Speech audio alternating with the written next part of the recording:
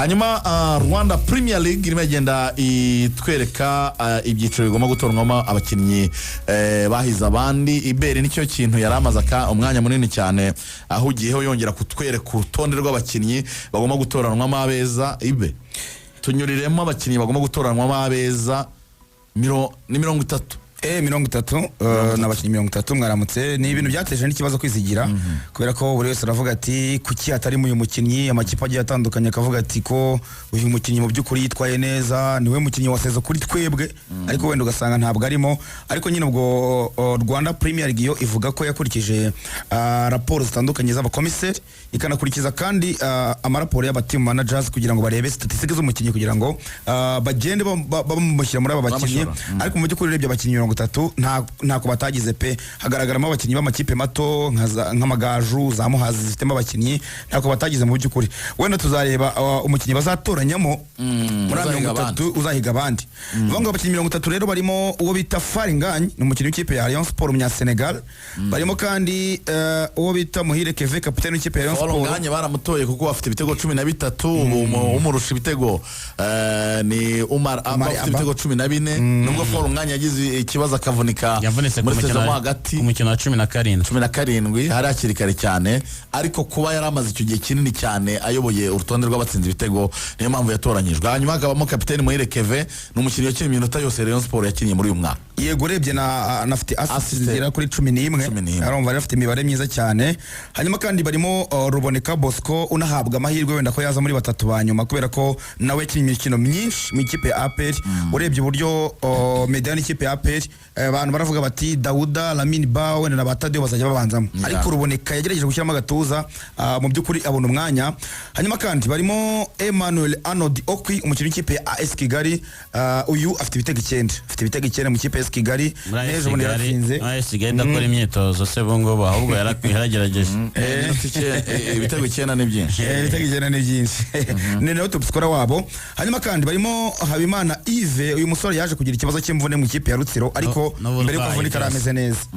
Yarameze neza, yarafite ibitego 8. Yarafite ibitego 8 jana mayikora po mu Mavubi, aranakina anajya no mu kibuga akina iminota mike ariko arakina. Harimo Usabimana Olivier, uyu ni vice captain w'ikipe ya Marine, burya yungirije Fabio. Nawe mu by'ukuri iyo Marine atsinze igitego bibiri abafitemo kimwe, biragoye kubona Marine yatsinze bibiri atatsinzemo kimwe, ahubwo ibitego bye ko bitazamuka. Usabimana Olivier kandi amaze igihe kinini. Yabaye no muri polisi niba nibuka. Yabaye muri polisi, yavuye muri polisi ajya muri Marine. Hanyuma kandi barimo niyo mugabo Claude, kapiteni w'ikipe ya APR, ko ari kapiteni byonyine w'ikipe iyoboye shampiyona bimuhesha no gukina anakina bihoraho no gukina ikipe y'igihugu, anakina bihoraho kuri gatatu pe, kuko urebye na competition nini afite.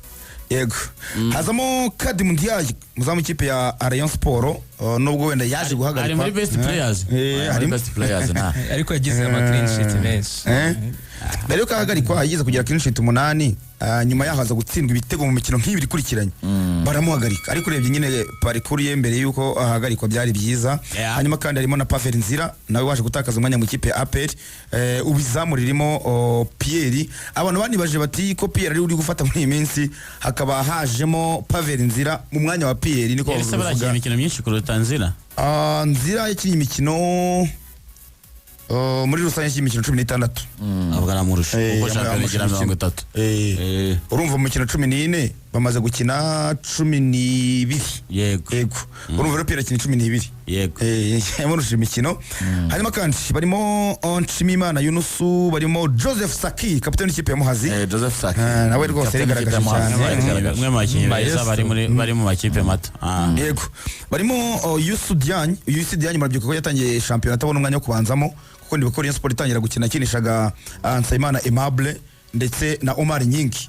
Ariko Omar Nyingi aza kugira akabazo, murabyuka agira akabazo mu isura kuri match bakinaga na polisi. Nyuma yayo nubwo Youssou Diagne yaje ahita anafatisha mu by'ukuri, nyuma na Aimable baza kuteza ibibazo nyine. Youssou Diagne abona umwanya wo kubanzamo, niyo mpamvu yaje muri abakinnyi 30. Barimo kandi Sharif Bayo umwe mu bakinnyi umuntu yavuga ko sezo ya mbere yarigeze muri Kiyovu niyo yagize ubu ngubu biratandukanye, kuko ubu nabwo wavuga ko umwe mu bakinnyi Kiyovu Sport igenderaho, kuko imikino Kiyovu yasinze wavuga ko yafashwe n'abana b'intare ba Darcy, ariko nyine Sharif Bayo yajemo. Barimo kandi Mamadou Lamine Ba, uyu musore nawe yajemo. Urebye imibare ye ntabwo ari myiza cyane, ariko nawe ya maintenance umwanya we. Mamadou Lamine Ba ni best player ubwo uri kudusomera. Bakinnyi 30 best player. Ariko buryo bikoze ntago ari byo. Ntabwo bazagenda babagabanya rya best player ntago babizi. N'ababeshya Ibyo no gusaranga. n'ababeshya tutabeshya. Ibyo bitu bisaranga. Iyi shampiyona nta best player ifite. Buri mukinnyi wese wavuga ahangaha uretse twamuvuga nta Oya dukomeze. Turaza comment nyuma turebe wenda ikizanakorwa. Ahubwo jewe criteria icyo nemeza abantu nibakinnye imikino yose. Ntibazahimba Retantera. None se ko hasigaye iminsi 7 bazagabanya ryari? Bagabanya Abantu barimo baratora. Abantu bari gutora. Baratora bazaba social media baratora. Ubwo na pani zareba. Hanyuma harimo uwo Mukiza Obed nimero 2 w'ikipe ya Mukura. Urumva barimo n'igena Clement unahabwa amahirwe. Ni nawe ahubwo niwe navuga. Ubikwiriye. Umukinnyi ubanzamo mu buryo buhoraho mu kideside imikino myinshi ya peri ya byagoranye kitsinda akaba yatsinda ibitego bitandukanye. Umukinnyi navuga ngo consistency ye kuva muri Rayon Sport ndetse na za Marine kuya n'ubu ngubu numwe makinnyi navuga peri yatwara igikombe bigahita bibaka. Niwe mukinnyi wujuje criteria zo kujya kuri urwo rutonde cyane. Hanyuma kandi harimo Hussein Chiza Serafe ubu tuvugana uri mu ijoro nk'uko umutoza we bitangaje. Abanyanga Parise nka fazile turu yose niyigeze akandagira mu kibuga. Nagakandagiye mu kibuga. Yaragiye muri test. Yibere muri test ariko umutoza yavuze ko ari mu ijoro, ariko nawe yafite imibare myiza mbere ko ava muri champion. Yafite imibare myiza ariko baza ko kuva yagenda mu magaju ntabura umuco ku bitego. Kuko afite ibitego 9 umukurikiye ni Edouard afite ibitego 8 birumvikana ko yarafite imibare myiza. Hanyuma kandi barimo Umar Aba taza mu kipe ya Rayon Sport ya Bugesera ubu tuvugana niwe top scorer. Yego 12 nabo gusa ntabwo ari abo gusa. Barimo na Watara nawe imikino yakinye muri phase retour n'ibitego atsinze 10 nge mubarira 10 nibyo mubarira Rwanda Premier League ariko nawe yajemo. Hanyuma kandi barimo Ishimwe Christian, harimo ari Musanga, harimo Narcisse uyu ni kapiteni w'ikipe y'Amagaju, barimo Boateng Mensa umwataka w'ikipe ya Mukura. Ukuntu babikoze no kugira ngo buri kipe yose igire mu mukinnyi. Ntabwo ari byo. Ibyo bintu bya 30 nibibaho ni benshi.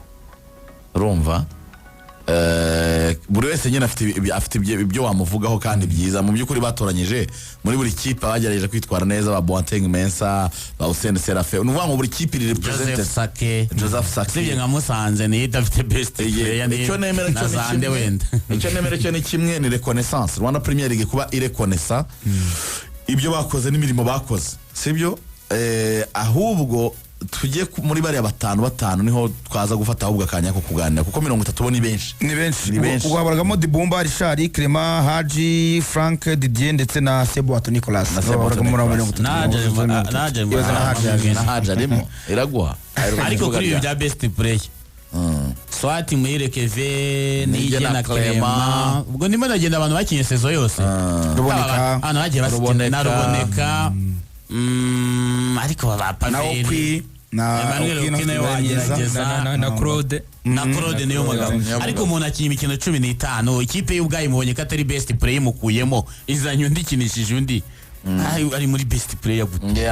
Ariko Rwanda Premier League turanayirenganya nuko nayo yipashe ikintu cyo kuvuga ngiye gutoranya abakinnyi benshi ariko kureba abakinnyi bitwaye neza nabyo ubwabyo biragoye kuko urareba wenda ikipe igiye gutwara igikombe. Best player bavuga ngo Serafe bavuga ngo muri na championnat yacu abakinnyi beza ni bake biroroshya ahubwo ugendeye kuri critère ugacyaho TV umuntu wakinye 75% bya sezo ugavuga ati iyo condition ahita avamo nka 20 ariko ntacyo 30 nabyo ni byiza ko bagerageje ni reconnaissance wenda umuntu azanabitwara muri transfer avuga ati hano naje ni 30 beza nari ndimo ariko bakoze rero abantu bikoranira rero tujye abatoza batanu tujye kureba abatoza batanu hazatoranywa ni tugende barimo Darkonovic yeriko mu ikipe ya APR ari gusa yise ku mwanya wa mbere.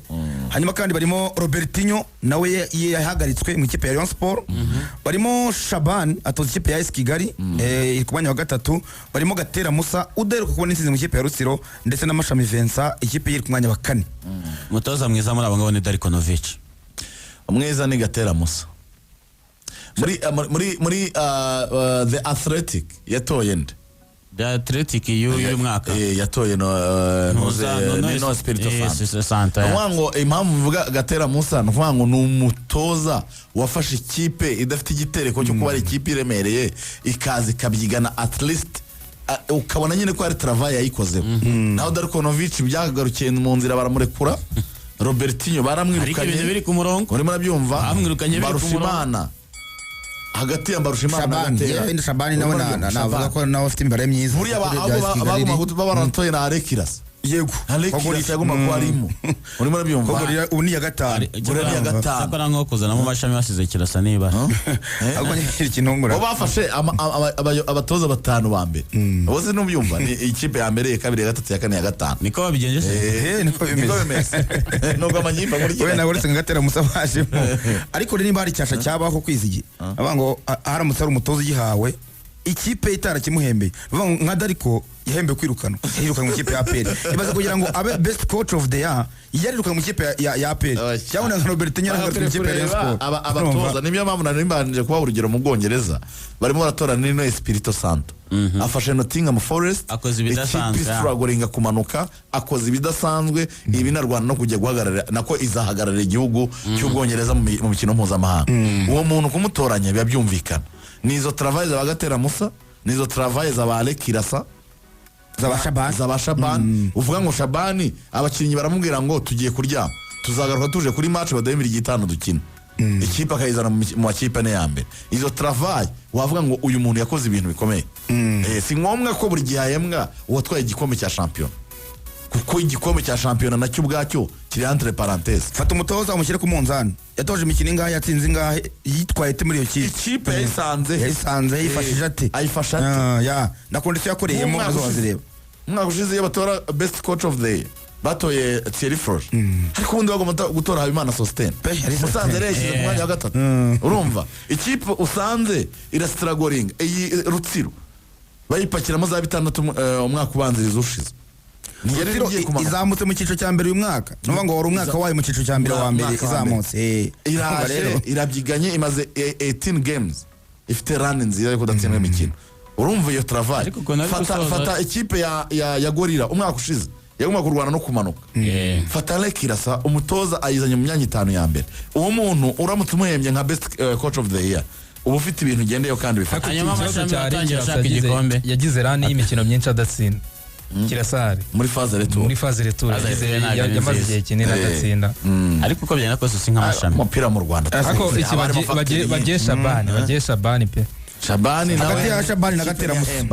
Shabani kirangiye mpamvu nari kumuzana mo ni imikino niheruka imikino niheruka Rutsiro ntabwo iri kwitwara nk'ikipe nk'uko yahose ariko wanareba ibyamubayeho niba se yarahagaritswe bakabamuhagaritswe gato bakajya bakamugarura yahagaritswe kubera iki yahagaritswe yatsinze n'ibindi byo garuka byo n'ibindi hanyuma mu bazamu nabo harimo ibibazo bikomeye cyane ko harimo abazamu batagikina batakibanzamo banahagaritswe nk'ubu harimo Kadim Ndiaye umuzamu w'ikipe ya Rayon Sport wahagaritswe kugeza ubu ngubu utari gukoreshwa ariko yari yagize wenda clean sheet 8 nibyo twavugaga ariko ngiye ntabwo namushyiramo hanyuma kandi barimo Pavel Nzira watakaje umwanya ntabwo kibanzamo mureke komeza umuzamu Nicolas Seboato ni nawe uhabwa amahirwe at least kapiteni w'ikipe ya Mukura abanzamo imikino myinshi nafite assist ebyiri barimo kandi Ibrahim Dauda Bareri umuzamu w'ikipe ya Gasogi Mogomani wapi nyorohamo muri batanu yamwirukanye na perezida ubwe yamwirukanye n'umutoza Bareri oya Bareri arahaje ariko yamwirukanye n'umutoza yaje kwisubiraho nibira bya Kenisi gwa byuko Mogomani Kenisi nubwo agenda hindagura ibyemezo ntabwo yamwirukanye n'umutoza da Chemas yabirukanye kandi barimo na Mugisha Gadi mwa nayo Gadi hagati ya Gadi na Sebo ariko Nicolas mwenge bandi Sebo nabarushimiye bari rwose na experience na byose n'amakirisi tarabarusha namukora yatanze ubushyuhe muri shampiyona kandi yabigizemo uruhare imikino myinshi bagiye batsinda zarayabuze ako Seboato numwe mu bakinnyi bari royo warebye ukuntu yanze kuva muri Mukura amakipe amwirukaho ariko aranamba ayiguma mbere kuzana Kadim Ndiaye yaguma kwa yamusinyishije uyu mwaka amenya arayivamo Seboato biragoye nta n'amakipe mu ruganoga Sebo ati umuntu umuhemba yaramubwiye ati we icara uhembwe amafaranga ndayafite nta muntu ndusha ajemo turazemu party recruitment turazemu party niyikora ni Zeyimana Olivier Volcan ni umuhemba ajya no kongera amasezerano oya ni we wamure Chris recruitment ni we yimuhahembwa kimwe n'abandi bose ahembwa n'akarere ariko ni umurecruit ni nawe nicyo cyazumye atajya muri Rayon Sport ni nawe umwongerera amasezerano cyane sawa kabisa cyane yego twagiye kuri best young player of the season cyangwa se umukinnyi muto wa saison urumva barimo Adama Bagayogo uyu munyamaro ukina ikipe ya Rayon Sport afite imibare myiza Adama nyine umukinnyi ukiri muto ntabwo buri gihe abagomba gukina na impact akora yose uruzindu cyabaye kuri Adama kubera ko akiri umukinnyi muto ngo yagizweho ingaruka n'igenda rya Robertinho kuko burya ngo Robertinho Adama yamufataga nka papa wa kabiri guze nano bivuze muri interview yakoranye n'ibitangazamakuru bitandukanye vuga ngo agiye rero yibuze ikintu cya yabaye nk'ubaye perdi yabuze nyine umuntu umubwira ati mwana wanjye ngwino yagize ikintu cy'igihunga na pressure ku buryo nyine condition yakoreyemo nyuma ya Robertinho kagiye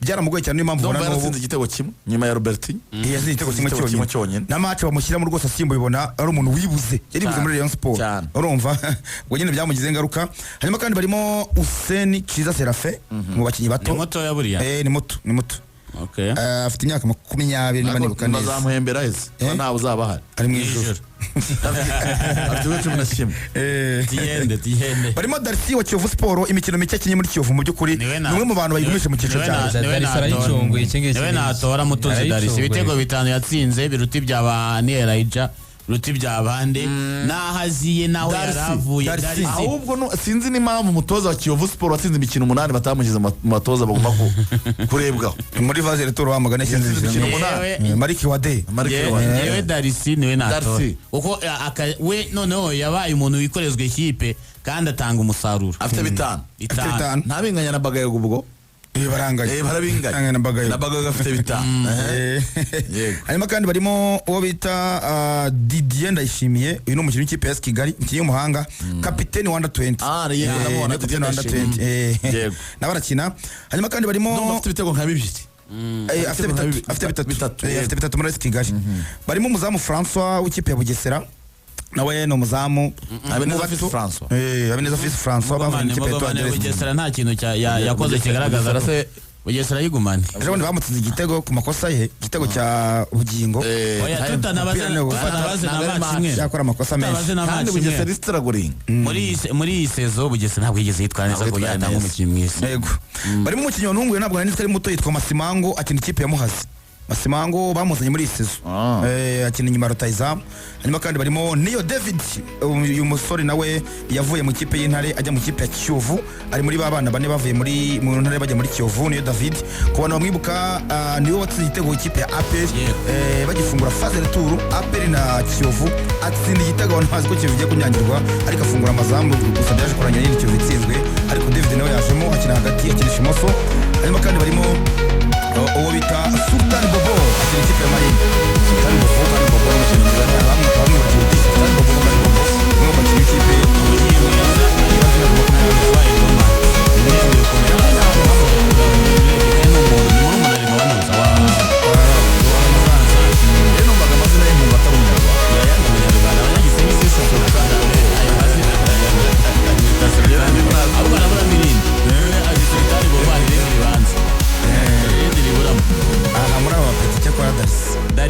Darcy na Bagayogo baza umwe azaba wa mbere n'uwa kabiri yes hanyuma nuko bimeze muri Rwanda Premier League abagomba guteranwamo abahize abandi mu cyumweru gitaha bakazahembwa muri Kigali Convention Center hanyuma DJ Boringo arambwira ati imikino ahantu igeze ya Kagame Cup nayo irakomeye cyane umurenge Kagame Cup tugeze muri kimwe cya kabiri kirangiza afite ikipe afana aryoshye Jabana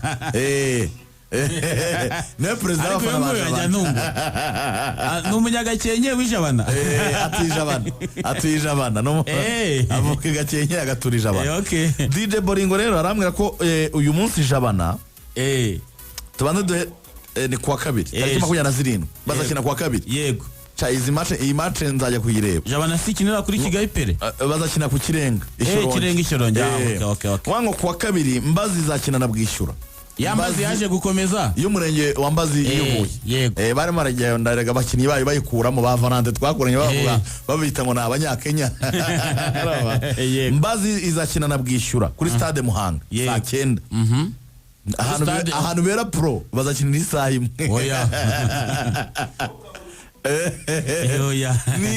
Ni isaha imwe kuri stade Kirenga saa 9. Yego. Umurenge wa Kimonyi wahari Musanze uzakina na Jabana. Urabizi ko Kimonyi ari yakinnye finale ubushize na Rubengera kabatsinda. Kimonyi rakomeye. Ubu noneho Karongi ntijibura muri demi finale. Ikintu gitangaje cy'Ikarongi. Umurenge wa Bwishyura ni hariya mu mujyi. Yego. Urumva Ikarongi uzakina na Mbazi yahuye.